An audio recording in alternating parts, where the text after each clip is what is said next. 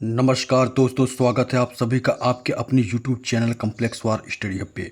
आज की इस महत्वपूर्ण क्लास में हम लेकर आए हैं सीडीपी के बाल विकास एवं शिक्षण विधि के बेहद महत्वपूर्ण प्रश्न, जो आपके परीक्षा में पूछे जा रहे प्रश्नों के बेस पर आधारित हैं, जिससे आपकी तैयारी और भी मजबूत हो सकती है।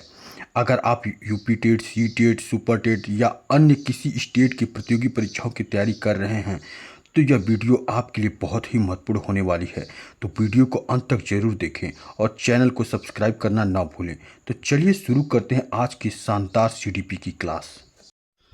और आज का आपका पहला प्रश्न है, जब कुछ व्यक्ति आपस में मिलकर एक दूसरे को प्रभावित करते हैं तो वे निर्माण करते हैं एक राजनीतिक समूह का, सामाजिक समूह का, व्यापारिक समूह का, आपराधिक समूह का। तो ये किसका निर्माण करते हैं? सामाजिक समूह का निर्माण करते हैं। बच्चों के विकास में खेलों का विशेष महत्व है।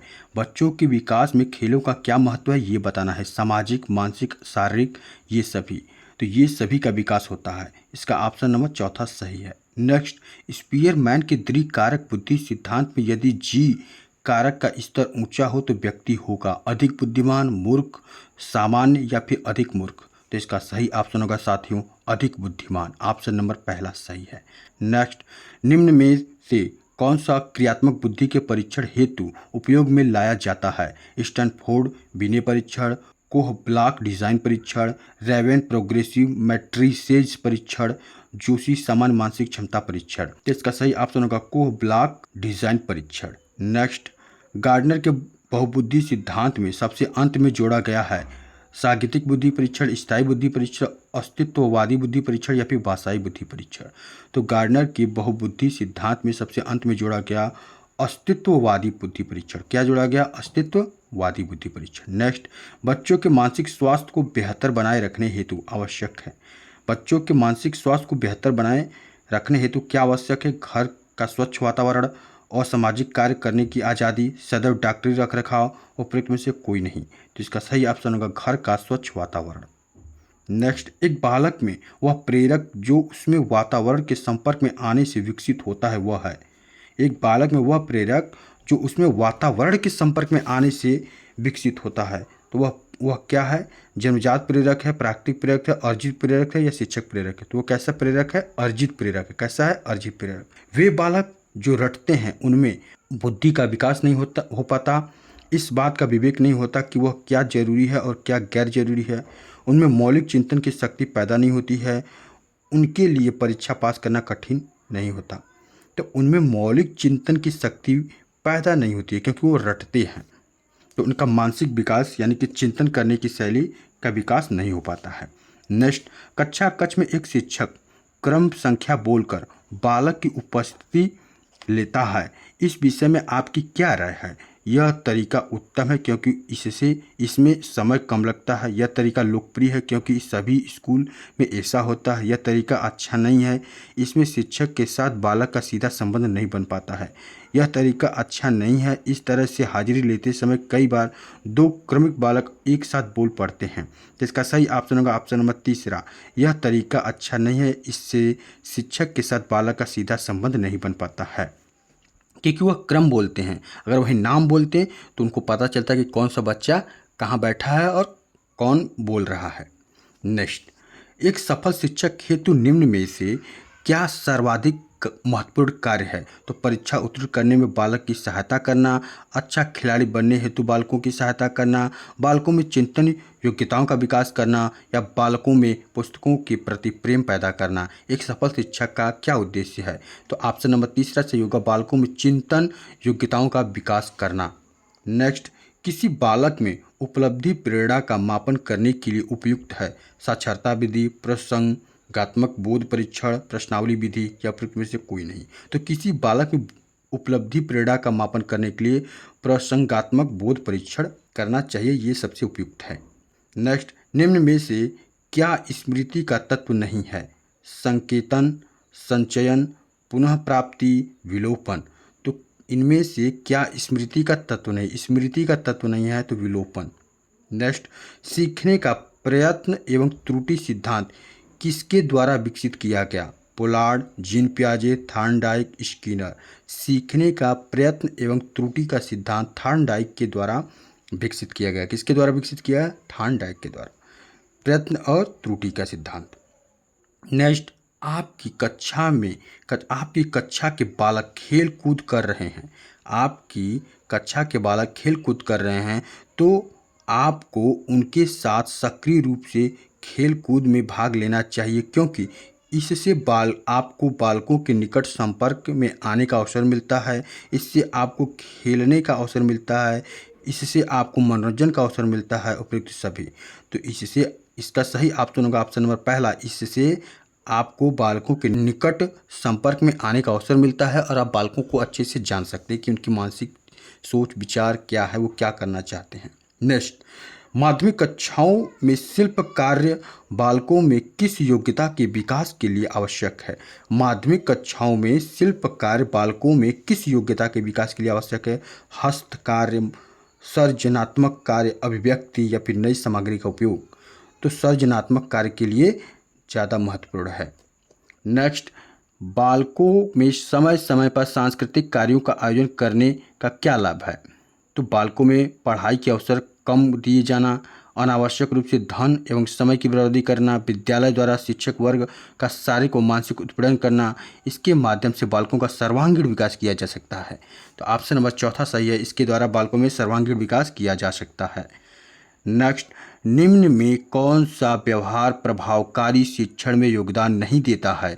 विभिन्न शिक्षण सामग्री का प्रयोग, कक्षा के नियमों व कार्य प्रणालियों का सख्ती से पालन करना, बालकों के शैक्षिक लक्ष्यों की जानकारी देना, शिक्षण में बालकों का सक्रिय भाग लेना। तो इसका सही ऑप्शन होगा कक्षा के नियमों व कार्य प्रणालियों का सख्ती से पालन करना है। नेक्स्ट, आपकी कक्षा में एक समस्यात्मक बालक है, उसके व्यवहार के उपचार हेतु आप निम्न में कौन सी विधियों का प्रयोग करेंगे? विद्यालय उपचार विधि, परिवार उपचार विधि, सरकार उपचार विधि या समाज उपचार विधि? तो बालक कहाँ है? स्कूल में है, कॉलेज में है, तो विद्यालय उपचार विधि का प्रयोग करेंगे। नेक्स्ट, वंचित रूप से पिछड़े बालकों के अंतर्गत निम्नलिखित में से कौन से बालक आते हैं? अंध व अपंग बालक, मंद बुद्धि व हकलाने वाले बालक, पूर्ण बाधिर या फिर आंशिक बाधिर बालक या फिर ये सभी? तो देखिए, वंचित रूप से पिछड़े बालक किस में सभी आएंगे, ये सभी आएंगे। ऑप्शन नंबर चौथा सही है। नेक्स्ट, आपकी कक्षा के एक बालक में दृष्टि संबंधी दोष है। कैसे संबंधी दोष हैं? दृष्टि संबंधी दोष हैं और साथ ही वो पढ़ने में भी कमजोर है। वह आपसे निवेदन करता है कि उसे श्यामपट्ट पट पर स्पष्ट रूप से दिख नहीं पाता है, तो आप ऐसी स्थिति में क्या करेंगे? उसे डांट देंगे कि पढ़ने में तो मन नहीं लगता और बोलते रहते हो, उसे चश्मा प्रयोग करने की सलाह देंगे, उसे अपनी इच्छा अनुसार बैठने देंगे जिससे वह श्यामपट्ट पर लिखा देख सके, या फिर उसके लिए अलग कक्षा की व्यवस्था का सुझाव देंगे। तो आप क्या करेंगे? उसे अपनी इच्छा अनुसार बैठने देंगे ताकि वो जहाँ से भी बैठे वो देख सके आसानी से। तो ऑप्शन नंबर तीसरा सही हो जाएगा। नेक्स्ट, अधिगम की दृष्टि से प्रेरणा का संबंध किस प्रकार की उत्तेजना से है? आंतरिक, बाह्य, अदृश्य या फिर दृश्य? तो अधिगम की दृष्टि से प्रेरणा का संबंध साथियों आंतरिक दृष्टि से, आंतरिक से किसे है? आंतरिक से, आंतरिक उत्तेजना से है। नेक्स्ट, निम्न में से क्या प्रेरणाओं की उत्पत्ति का स्वाभाविक कारण है? आत्मरक्षा की भावना, अचेतन मन, सुख व आनंद प्राप्त करने की भावना या उपयुक्त सभी? तो प्रेरणा की उत्पत्ति का स्वाभाविक कारण है ये सभी। नेक्स्ट, निम्न में क्या एक अर्जित अभिप्रेरण नहीं है? निम्न में से क्या एक अर्जित अभिप्रेरण नहीं है?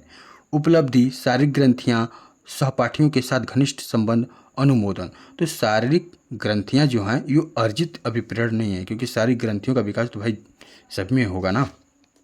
नेक्स्ट, किसी बालक में जो प्रेरक सामाजिक आदर्शों, स्थितियों, संबंधों आदि के कारण से उत्पन्न होते हुए कहलाते हैं। किसी बालक में जो प्रेरक सामाजिक आदर्शों, स्थितियों, संबंधों आदि के कारण से उत्पन्न होते हुए क्या कहलाते हैं? आदर्श प्रेरक, अर्जित प्रेरक, सामाजिक प्रेरक या जन्मजात प्रेरक? तो इसका सही ऑप्शन होगा अर्जित प्रेरक। कैसे होंगे? अर्जित प्रेरक। नेक्स्ट, किसी बालक के विकास में निम्न में से क्या कृत्रिम प्रेरक है? कृत्रिम प्रेरक, दंड, पुरस्कार, प्रशंसा। देखिए, ये दंड, पुरस्कार और प्रशंसा ये सभी के सभी क्या हैं? कृत्रिम प्रेरक हैं। यानी इसका ऑप्शन नंबर चौथा हो जाएगा ये सभी। अभिप्रेरणात्मक चक्र का प्रमुख अंग क्या है? अभिप्रेरणात्मक चक्र का प्रमुख अंग है क्या है? आवश्यकता है, अंतर्नोदन है या फिर प्रोत्साहन है? तो इसका सही ऑप्शन होगा ऑप्शन नंबर चौथा, ये सभी। अभिप्रेरणात्मक चक्र का प्रमुख अंग आवश्यकता भी है, अंतर्नोद भी है, प्रोत्साहन भी है। नेक्स्ट, किसी बालक में सोचने का महत्वपूर्ण साधन क्या है? किसी बालक में सोचने का महत्वपूर्ण साधन क्या है? तो आप क्या कहेंगे? संकल्पना, रुचि, प्रेरणा या इनमें से कोई नहीं? तो संकल्पना है। क्या है बाबू? संकल्पना। साथियों, सेशन कैसा लग रहा है कमेंट करके हमें ज़रूर बताएं, और आपने कितना स्कोर किया ये भी कमेंट करना ना भूलिएगा। वीडियो पसंद आए तो एक प्यारा सा लाइक जरूर करें, ताकि इससे हमें महत्वपूर्ण वीडियो लाने की प्रेरणा मिलती रहती है। नेक्स्ट, सोचने व सीखने का लक्ष्य है। सोचने व सीखने का लक्ष्य क्या है? तो सोचने एवं सीखने का लक्ष्य है उद्देश्यपूर्ण या फिर उद्देश्य या फिर व्यर्थ या फिर इनमें से कोई नहीं? तो इसका सही ऑप्शन होगा उद्देश्यपूर्ण।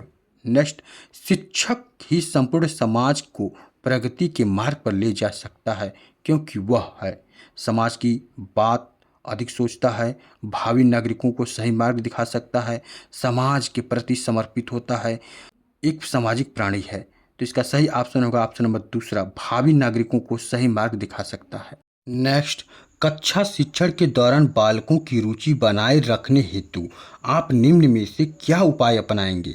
कक्षा शिक्षण के दौरान बालकों की रुचि बनाए रखने हेतु आप निम्न में से क्या उपाय अपनाएंगे? उनको लगातार कहते रहेंगे कि वे आपकी बात ध्यान से सुने, कक्षा की खिड़की और दरवाजे बंद कर देंगे, शिक्षण को रोचक बनाएंगे, या लिखने का कार्य करेंगे? तो शिक्षण को रोचक बनाएंगे। क्या करेंगे? शिक्षण को रोचक बनाएंगे। कैसा लगा आज का सेशन साथियों? कमेंट करके हमें ज़रूर बताएं। तो चलिए हम नेक्स्ट वीडियो में मिलते हैं एक नए मॉडल पेपर के साथ। तब तक के लिए आप सभी को धन्यवाद। राधे राधे, जय श्री कृष्ण।